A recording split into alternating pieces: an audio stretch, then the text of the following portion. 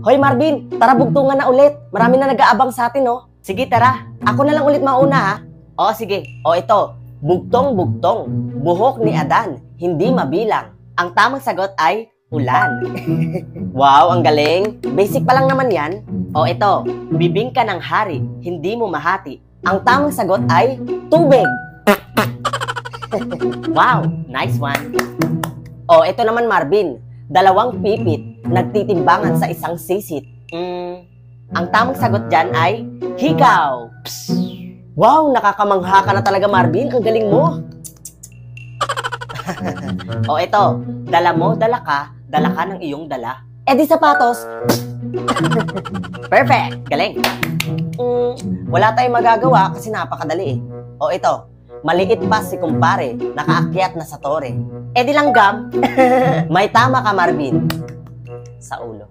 O eto ha, kung kailan mo pinatay, saka pa humaba ang buhay. Ang tamang sagot ay kandila.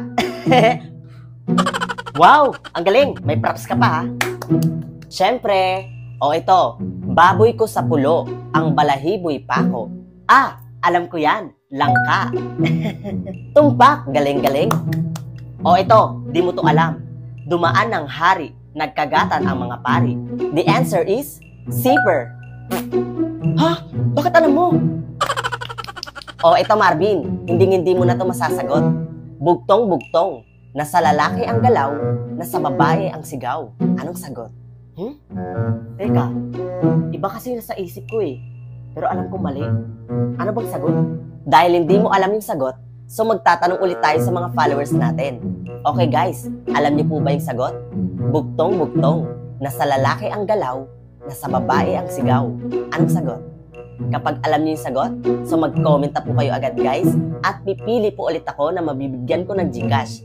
So ano pang hinihintay niyo guys? Mag-comment na!